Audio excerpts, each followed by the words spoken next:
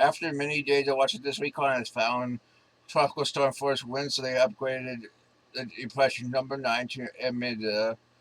And because of tropical storm, it's over the Bahamas. It has 40 mile per hour wind, moving north at 355 degrees at 7 miles per hour, 998 mile bar pressure.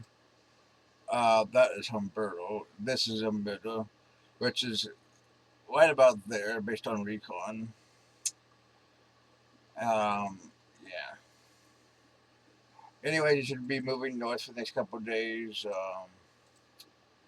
Let's see if I can find recon data. Hers. Let's look at. Let's load this.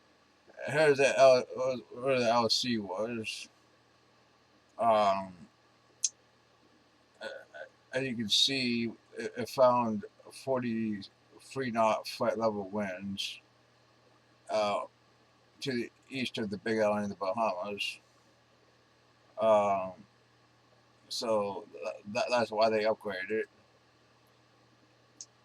And it should be moving north for the next couple of days, then east northeastward. Humberto could have a recon later today, holding around 130 knots.